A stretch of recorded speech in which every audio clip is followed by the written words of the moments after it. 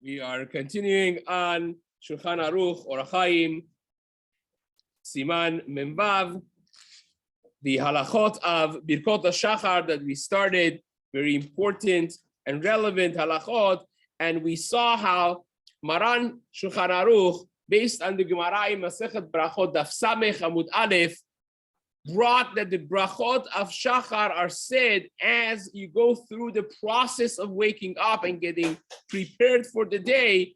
As you wake up in the morning, you say Elokai Neshama. Then you hear the voice of Karnegol, you say Hanoten Lasech Vibina, and so on and so forth. As you get dressed, you say Malbish Arumim, and so on.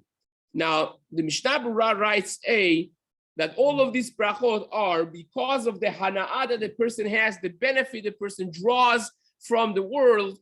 And as the Gemara says, is asur le'anot me'olam hazeh belo bracha. It's asur to benefit from the world without acknowledgement that everything comes from Hashem. And we mentioned the Gemara really brings two psukim, seemingly contradictory psukim, whether or not the land, the earth belongs to us, we could use it or not. And the Gemara says, kan kodem bracha, kan la'achar bracha, prior to bracha, it's not yours, it's kemoel behekdesh, kol ha'ne'eneh me'olam hazeh, belo bracha keilu ma'al, it's stealing from HaKadosh Baruch Hu, so to speak. But when you acknowledge the fact that it comes from Hashem, then of course, Hashem has given us the permission. And Mishna Berurah writes in Ot Gimal, when you say Elokai Neshama, you should be careful not to say Elokai Neshama, because Elokai Neshama sounds chas v'shalom as you're saying, my God, my soul. That means you're calling your soul your creator, your motivating factor, and so on, which of course is wrong. So therefore, you say Elokai, comma, is a small pause over there before you say Neshama, in order to avoid that mashma'ud that we mentioned before. Also, you should know that Elokai Neshama is the thanksgiving that we have on having the ability to wake up in the morning and being alive. Therefore, it's important to say the bracha of Elokai Neshama prior to Shacharit. Now, many people, especially when you're late, it happens a lot in Slihot as well, they come running because already they have to wake up a little earlier and so on. So they forget to say Birkot HaShachar. Now, there are two sets of brachot that are absolutely necessity to say before Shacharit. A is Birkat HaTorah, as we're going to have it later on as well. You cannot say any psukim, even if it's derech tachanun, even if it's just a process of praise for HaKadosh Baruch Hu. Is not really learning Torah. You're not engaging in learning Torah. Still is asur to say any psukim, writes the Rambam in his She'elot Utshuvot Per Hador, without having said Birkat HaTorah. So that's A. You have to say the three Birkot HaTorah prior to saying Slihot, prior to saying. The second one is the bracha of Elokai Neshama. Elokai Neshama, a person must say before Shacharit. You don't have to say it before Slihot necessarily, but prior to Shacharit. Why is that? Because when you say the bracha of Mechayeh HaMetim in Shemona Esrei, you will be Yotzei bracha of Elokai Neshama, because it's the same inyan. The inyan of Elokai Neshama Shenatata Bi Tehora, and the bracha that you say, Hamachzir Neshamot Nifgarim Metim, is basically the same bracha as Mechayeh HaMetim. The bracha of Elokai Neshama at the end is Hamachzir Neshama Nifgarim Metim. Hashem, you return the soul, the life to dead bodies. And Mechayeh HaMetim is the same bracha. So therefore, if you said Mechayeh HaMetim already, you no longer could say the bracha of Elokai Neshama.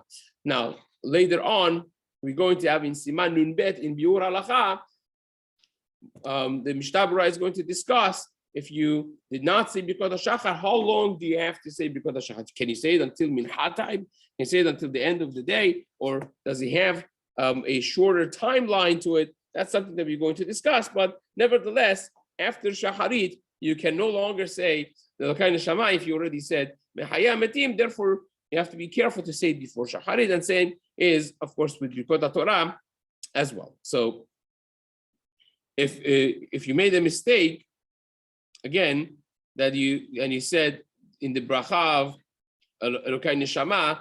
At the end, he said, instead of saying Hamachzir Neshamot Difkalim Metim, he said Mechaya Metim. So the bracha Mechaya Metim at the end of Elokai Neshama, so writes the Kapachayim Yotze, because it's the same concept. It really goes hand in hand with what we just mentioned right now. Essentially, the bracha that you're making at the end of Elokai Neshama is the bracha of Mechaya Metim. Now, when you say Maran, we read he writes that when you hear the voice of Tarnegol of a rooster, you say Hanotel Sechvi Bina. Now, Sechvi is a reference to a person's heart, right? And therefore, we are thanking the pasuk here. Iyov writes in Perek Lamed Chet. Iyov writes, "Oy," it says, "O mina tala sechvi bina." Who has given to the heart of a person understanding? It's a clear reference not to a rooster, but to a heart of a man, of a human being, and the heart is associated with understanding, with feeling and understanding things. And al yedei habina adam mafkin ben yom uben laila. Through the concept of bina, of recognition and deeper understanding, you differentiate between night and day. Now, this is interesting because you would say, well, I differentiate between night and day through my eyes. You see the sun coming up, that's the day. There you go. Well, what do you need the heart for, right? So that's a question that actually in Shelot Utshuvot Kriyat Chana David, he asks this question and he says, no. Sometimes it's simple. If you say the ball of sun rising from the horizon, yes. But sometimes there's a light. We're not talking about the sunrise. Here we're talking about Amud HaShachar, when Halacha has it, the Gemara at the beginning of Brachot, that Amud HaShachar is the beginning of the day. And that first photons of light, so to speak, are Heira Mizrach type of things. A little light in the horizon, you don't see any sun, no nothing. And sometimes that could be a moonlight, depending on where the moon is. And to differentiate between whether or not it's actually daybreak or moonlight is not always simple. You find in the Gemara, in Masechet Yuma, that this was not actually a simple fact. You find in Masechet Shabbat that this sometimes became mistaken and so on. So it's not a simple reality. Sometimes you have a full moon and the moonlight, you see it until after Amud HaShachar, and it becomes very difficult to differentiate between the two. So therefore, you need kind of a deeper understanding as to which one is which, and hence, Hanoten Lasachvi Bina La'avchin Ben Yom Uben Laila. And the chokhmah of a rooster is that the genius of what's the special thing about rooster is the rooster has that differentiation, regardless of where you put it, in dark, in day, in artificial lights, and so on. There is a chokhmah that the rooster has that differentiates between the day and the night.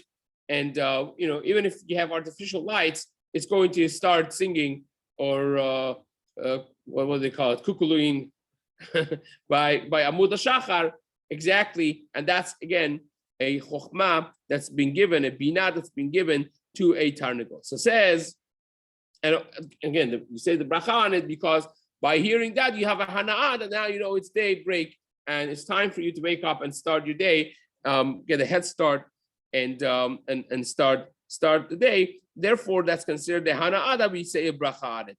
Malbish alumim, the Maran wrote that when you wear your clothing, you say the bracha of Malbish alumim. It's not only talking about when you slept naked, even if you slept with cover, with clothing. So you're not arum, you were not naked to say the bracha malbish arumim. It's not, the bracha does not necessarily mean only that Hashem covers the naked people. The bracha is that you have a proper clothing. Like, you won't go with pajamas to work, right? You have clothing to wear. And the bracha really goes on the pajamas themselves as well, if you wear pajamas, if that's the minhag. The bracha is on having clothing to wear. And, again, after Adam Arishon sinned, we have a concept of erva, we have a concept of being a eromata.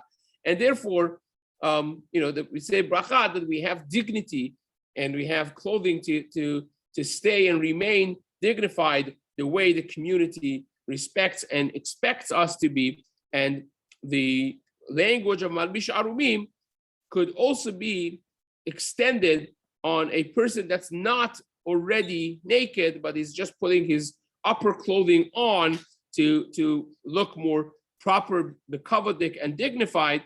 But the Kaf HaChaim explains that the language of Malbish Arumim really goes on a person when he was arom, when he was actually completely naked and he got dressed.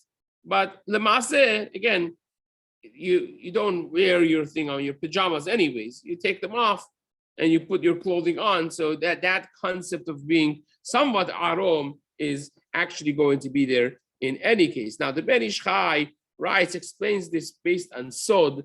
He says, Al derech hasod, mystically, kabbalistically speaking, this bracha is instituted on the spiritual covers of a soul, of a nefesh. The Kaf HaChaim also brings this. There's a whole concept of having malbushe neshama for a person, malbushe nefesh, that when a person loses that cover, that clothing of a soul, he's considered basically arom, he's considered completely naked. And HaKadosh Baruch Hu, with his compassionate chesed, every morning gives us a special levush in order that the nefesh should not remain aroma, should not remain naked. So says the Ben Ish Chai, you say bracha on that. This answers the question we just mentioned as well, that even if you went to sleep with your pajamas on, right, and you were not quote unquote arom, you were not naked, but nevertheless, there's this concept that you lose that cover every night you go to sleep, and HaKadosh Baruch Hu gives you a new malbush for your soul, a spiritual inspiration that covers and submerges the neshama in it, the nefesh in it, in order to have spiritual protection, and that's a bracha on that as well. Okay, we mentioned in the Shulchan Aruch that when you start walking, say Han mechin mis'adei gavir, right? The language of the Shulchan Aruch was kesholech yivarech hamechin mis'adei gavir, and the text of this, some say asher hechin mis'adei gavir, not hamechin mis'adei gavir. Again, every community in these types of things should follow their legitimate minhag that they have had in years past. And the Kaf HaChaim brings also that the nuskha, the text of the students of Ari HaKadosh and the Rashash has been Hamechin Mis'adei Gavir. When it comes to Inyanei Brachot, us the Sfaradim especially, we have accepted to follow the Psakim of Ari HaKadosh and Marchu and Rashash, and therefore,